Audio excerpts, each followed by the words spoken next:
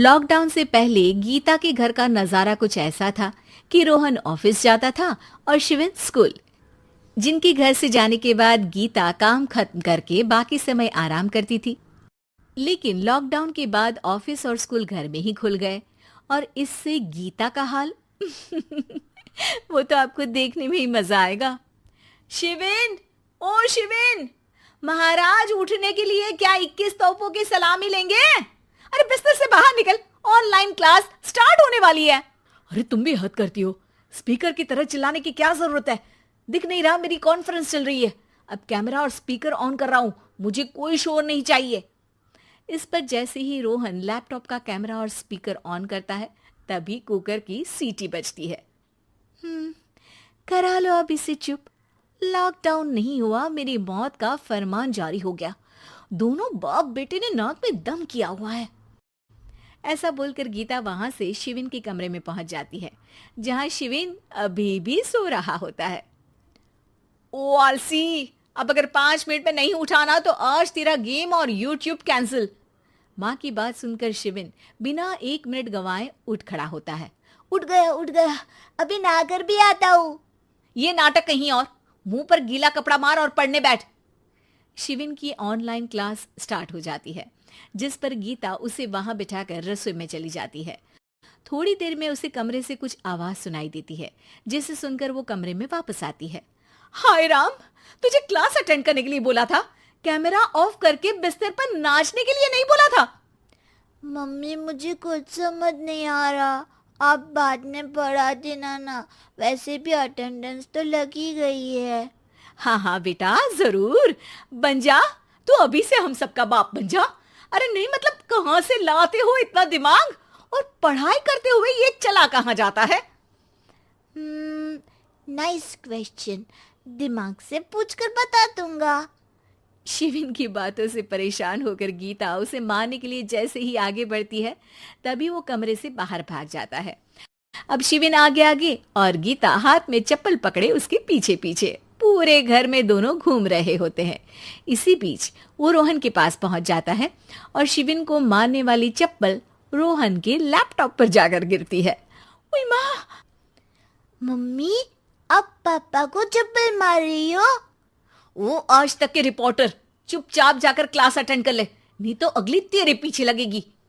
इस पर शिविन वहां से चला जाता है, जिसके बाद रोहन गीता से कहता है, इस सर्कस के लिए कुछ बोलना चाहोगी? अरे क्या करूं, जब से तुम दोनों घर में रहने लगे हो, घर अपने आप ही सर्कस बन गया है और मैं तुम्हारी नौकर। कभी बेटी को संभालो तो कभी बाप के नखरे उठाओ। इन्हीं सब उथल पुथल में दिन बीतते रहते हैं, जिसमें हर रोज घर के अंदर कुछ नया सियप्पा खड़ा मिलता है, जो ज्यादातर शिविन और रोहन के ऑनलाइन स्कूल और ऑफिस से रिलेटेड ही होता है। एक सुबह, शिविन चल उठ, आज की क्लास जल्दी है। कैमरा ऑफ करके आप अटेंड कर लो। अरे ऐसे छित्तर पड़ेंगे, दादी नानी सब एक साथ याद आ जाएंगी।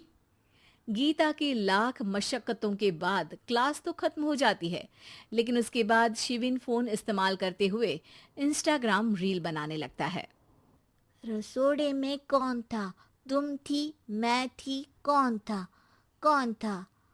हाँ, मैं गरीब हूँ। अरे ओ गरीब के बेटे, आजा, मैं बनाती हूँ तुझे गरीब। मैं बताती हूँ रसोड़े में कौन था। पढ़ाई करने बोलो तो इनकी माँ मर जाती है, और ये पागलपंतियां जितनी मर्जी करा लो। गीता शिविन को डांट रही होती है, तभी रोहन बीच में बोल पड़ता है। अरे बच्चा ही तो है, इतना गुस्सा क्यों कर रही हो? बेटे का साथ देने की इसी एक कोशिश में अब शिविन के साथ साथ रोहन भी गीता के गुस्से की सूली पर चढ़ जाता है। अगर बेटे पर इतना ही प्यार आ रहा है तो इसे क्लास अटेंड क्यों नहीं कराते, इसका होमवर्क क्यों नहीं कराते? उस समय तो बहुत जल्दी मीटिंग आ जाती है, वो काम मैं करूं और यहाँ इस बेफिजुली की चीज में तरफदारी करके बन जाओ महान। हे भगवान, कोई तो इनके ऑफिस और स्कूल खुलवाओ, मैं इन्हें और घर में नहीं सह सकती। अरे कुछ और मांग लेती, क्योंकि तुम्हारी ये विश इस साल तो पूरी होने से रही, कोरोना। हाय नास पिटे ने जिंदगी ही बर्बाद कर दी। खाए कोई पचाए कोई, कल मुझे चुन चुन कर सबको मेरी बद्दुआ लगेगी। उन्होंने दुनिया का और इन बाप बेटे दोनों ने मेरा जीना मुश्किल कर दिया। गीता वहां से चली जाती है, जिसके बाद रोहन शिविन से कहता है, अरे तुम्हारी मम्मी इतनी भड़की हुई क्यों है? आपकी वजह से पूरा समय घर में रहते हो और उस पर कोई काम कराने की जगह बस ऑर्डर देते रहते हो। अच्छा बेटे, सारा इल्जाम मुझ पर? पूरा दिन तो वो तुम पर ही चिल्लाती है। हाँ, मतलब दोनों का 50-50 है, कुछ करना पड़ेगा। वो कहते ना, make the best out of worst. I have an idea. वैसे तुम्हारी माँ सही कहती है, बहुत जुबान चलाने लगे हो, कम बोला करो। अगली सुबह रोहन और शिविन अपनी गलती को सुधारने के लिए गीता के उठने से पहले घर का आधा काम खत्म कर देते हैं, जिसे देखकर गीता खुश हो जाती है और फिर बाकी बचा काम वो तीनों मिलकर पूरा कर लेते हैं। जिसके बाद अब वो सब मिल बांट कर हर काम में एक दूसरे की मदद करते हुए लॉकडाउन का मजा लेने लगते। नमिता और उसके मम्मी पापा कचरा उठाने का काम करते हैं, जिस वजह से उनके घर में 2 वक्त के खाने के साथ लोगों की गालियां और ताने भी आते हैं। एक दिन नमिता कचरा उठा रही होती है कि तभी फोन में देखते हुए एक आंटी वहां नमिता से टकरा जाती है। छी छी, ए लड़की, तू देख कर नहीं चल सकती क्या? पर मैम साहब, मैं तो अपनी जगह पर ही हूँ, आप फोन में देखते हुए चल रही थी। अरे, एक कचरे वाली होकर मुझसे जुबान लड़ाती है। अब घर जाकर दोबारा नहाना पड़ेगा, पूरा गंदा कर दिया, कितनी बदबू आ रही है। ऐसा बोलते हुए आंटी वहाँ से चली जाती है और उनकी बातों से दुखी नमिता आंखों में आंसू लिए काम करती रहती है। इसी तरह दिन बीतते हैं और एक दोपहर नमिता अपनी मस्ती में गाना गुनगुनाते हुए कचरा इकट्ठा कर रही होती है कि तभी जिंदगी एक सफर है सुहाना, यहाँ कल क्या हो किसने जाना, जिंदगी। तभी उसकी टक्कर मोहन से हो जाती है। अरे देखकर काम करो। मुझे माफ कर दीजिए साहब, गलती से टक्कर हो गई, मैंने जानबूझकर कुछ नहीं किया। ऐसा कोई जानबूझकर भला करेगा भी क्यों, कुछ नहीं होता। सोचा नहीं था कि कभी कोई मेरे साथ इतने अच्छे से बात करेगा। अरे जो नहीं करता वो इंसान कहलाने के लायक नहीं, तुम्हें उनके बारे में सोचना तक नहीं चाहिए। मोहन वहाँ से चला जाता है और नमिता उसकी बात को सोचते हुए दोबारा काम पर लग जाती है। इसी तरह समय बीतता रहता है। एक सर्दियों की सुबह कचरा उठाते हुए नमिता ठंड की वजह से पास के घर की सीढ़ियों पर ओत लेकर बैठ जाती है। कुछ ही देर बाद उस घर की मालकिन वहाँ आ जाती है। हाय तौबा, मेरा सारा घर गंदा कर दिया। अरे मैं घर के सामने गंदगी नहीं होने देती और तू पूरी की पूरी गंदगी मेरे घर की सीढ़ियों पर ही आकर बैठ गई। मालकिन, ठंड बहुत है इसलिए कुछ देर बैठ गई, अभी चली जाती हूँ और सफाई भी कर दूंगी। अरे यहाँ बैठकर घर पहले ही गंदा कर चुकी है, अब छूकर अशुद्ध भी करना चाहती है। अपनी माँ के चिल्लाने की आवाज सुनकर मोहन घर से बाहर निकल आता है, जहाँ नमिता को देख वो किसी तरह अपनी माँ को शांत करके घर में वापस भेज देता है। मुझे माफ कर दीजिए मालिक, गलती हो गई। अरे प्लीज मुझे मोहन बुलाओ और अपनी माँ की तरफ से मैं माफी मांगता हूँ। अरे नहीं मालिक, लोग वैसे भी हमें इंसान समझते ही कहाँ है, इसलिए अब इन सब की आदत है। अगर इन सब की बातों को बुरा लगाने लगे तो भूखे ही मर जाएंगे। वैसे तुम्हें ठंड में इन पतले फटे कपड़ों की जगह मोटे और गर्म कपड़े पहनने चाहिए। मेरे पास इतनी चॉइस नहीं है, जो है बस यही है। और जब घर में मम्मी पापा भूखे बैठे हो तो क्या सर्दी और क्या गर्मी। चलती हूँ साहब। नमिता तो वहाँ से चली जाती है, लेकिन अब मोहन उसके बारे में सोचना ही बंद नहीं कर पाता। कुछ दिनों बाद नमिता दोबारा कचरा उठाने मोहन के घर के पास आती है, जिसे देख वो एक नया गर्म सूट लेकर उसके पास आता है। ये तुम्हारे लिए है।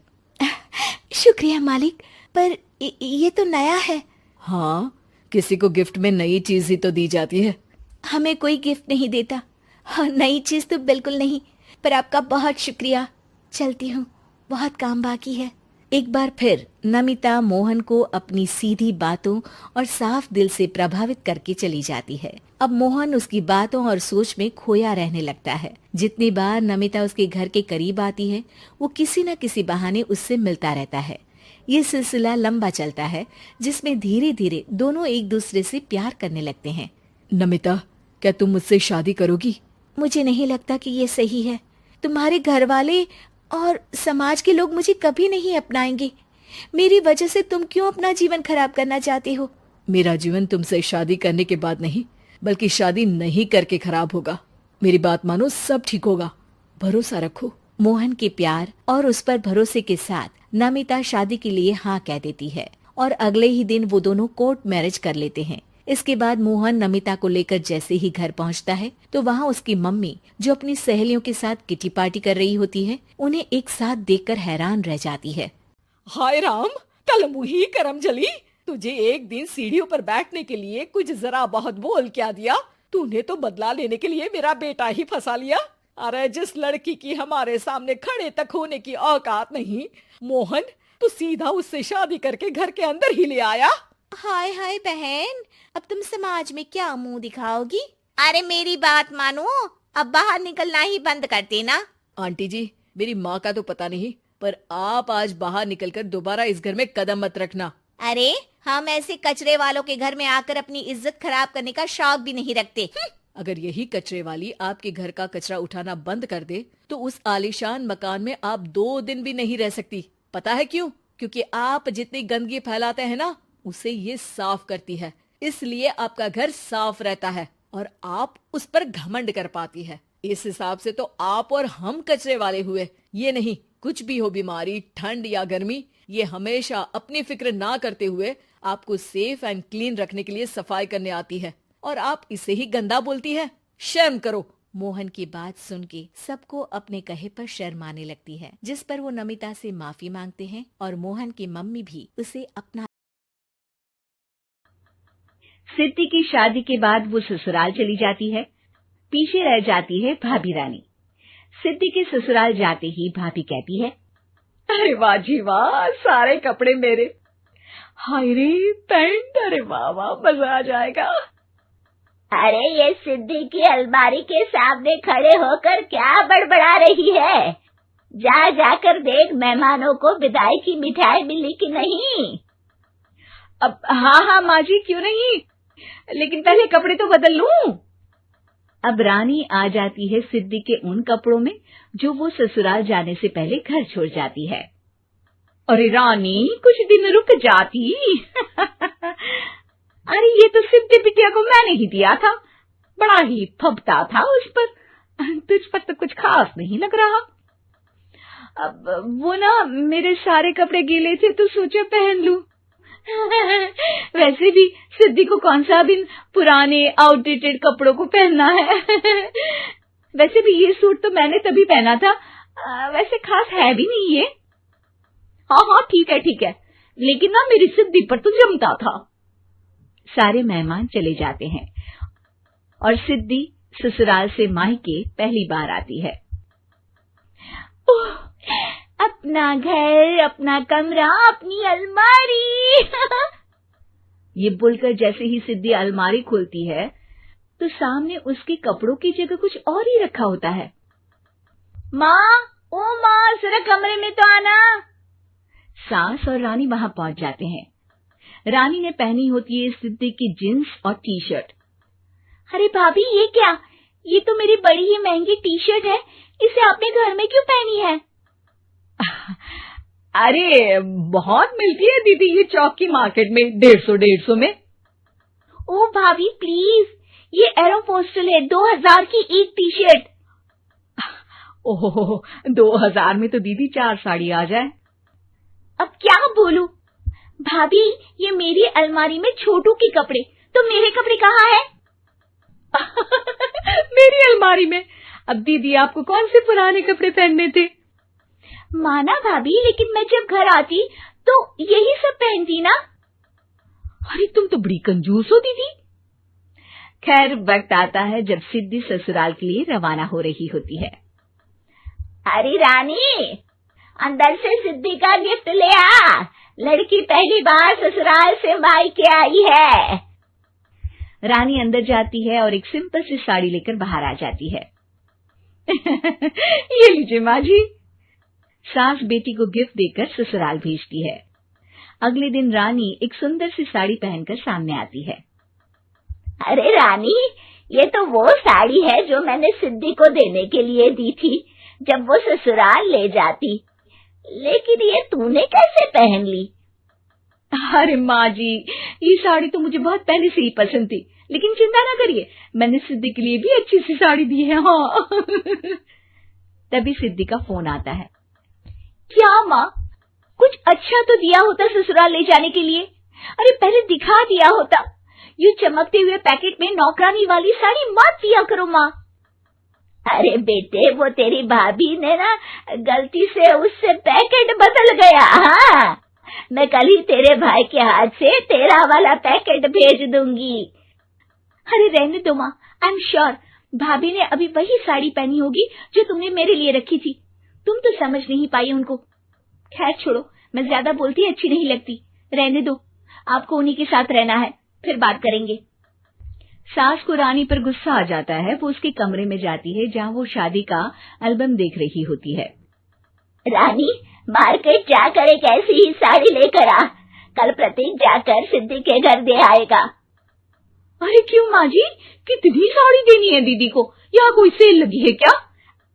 अरे चुप कर, मेरे बेटी के हिस्से की साड़ी खुद पहन ली, अब ज्यादा ज्ञान बांट रही है। एक दिन सिद्धि का फोन आता है। माँ, मेरी सास ने आप सबको खाने पर बुलाया है। सारे लोग सिद्धि के ससुराल पहुंचते हैं। खाना खाकर वो लोग निकल रहे होते हैं कि सिद्धि की सास सभी को गिफ्ट देती है। अरे बहन जी, बेटी के घर का खाना खा लिया, यही बहुत है, जो आप ऊपर से गिफ्ट भी दे रही है। अरे बहन जी, आप भी कहाँ इन बातों पर विश्वास कर रही हैं। सास सभी को गिफ्ट देती है, लेकिन रानी को जो साड़ी देती है वो अजीब सी हरे रंग की लाल रंग की बड़ी छाप वाली होती है। अरे छी, ये कौन पहनेगा? सासू माँ को तो जरी वाली इतनी सुंदर, और मेरे लिए ये नौकरानी वाली। अरे भाभी, दरअसल मैं जब भी घर आती थी आप वापसी में ऐसी ही साड़ी देती थी ना, तो माँ ने सोचा कि आपको आपकी पसंद की ही साड़ी क्यों ना दी जाए। बेचारी रानी, बोलती भी तो क्या। सिद्धि और सास रानी का चेहरा देखकर हंसने लगती है, तो रानी समझ जाती है कि अपने ही बिछाए जाल में वो फंस चुकी है। दुर्गा नदी के किनारे बसा एक गांव फूलपुर। गांव में कुछ 100-150 लोग रहते थे। अंजलि, जो कि पास ही के जिले में रहती थी और 12वीं पास कर चुकी थी, उसके पिताजी ने बेटी को जल्दी विदा करने के लिए उसकी शादी फूलपुर गांव के मुकेश से करवा दी थी। मुकेश कभी स्कूल नहीं गया था और इस कारण वो पढ़ा लिखा नहीं था, और बाकी गांव वालों की हालत भी मुकेश जैसी ही थी। मुकेश के घर में उसके माता पिता भी रहते थे। सासू माँ, मैं बाहर मंदिर तक जा रही हूँ, आधे घंटे में आ जाऊंगी।